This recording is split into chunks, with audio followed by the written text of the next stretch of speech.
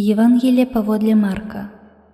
Ірад паслаў схапіць Яна і закаваў яго ў вязніцы з-за Ірадыяды, жонкі брата свайго Філіпа, таму што ён ажаніўся з ёй. Бо Ян казаў Іраду: «Не дазволена табе мець жонку брата твайго». Таму Ірадыяда злавалася на яго і хацела забіць.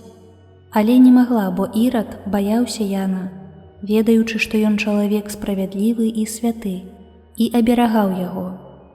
Шмат разоў чуў яго і непакоіўся, але слухаў яго з ахвотай. І настаў зручны дзень, калі Ірад прыгатаваў вячэру сваім вяльможам, тысячнікам і старэйшынам галілейскім у дзень сваіх народзін. Калі ўвайшла дачка Ірадыяды і танцавала, яна спадабалася Іраду і яго гасцям. Кароль сказаў дзяўчыне: «Прасі ў мяне чаго хочаш, і я дам табе». І шмат у чым пакляўся ёй: «Чаго не папросіш, дам табе, нават палову майго каралеўства». Яна выйшла і сказала маці сваёй: «Чаго мне папрасіць?» Тая адказала: «Галаву Яна Хрысціцеля». Яна адразу хутка ўвайшла да караля і папрасіла, кажучы: «Хачу, каб ты зараз жа даў мне на місе галаву Яна Хрысціцеля».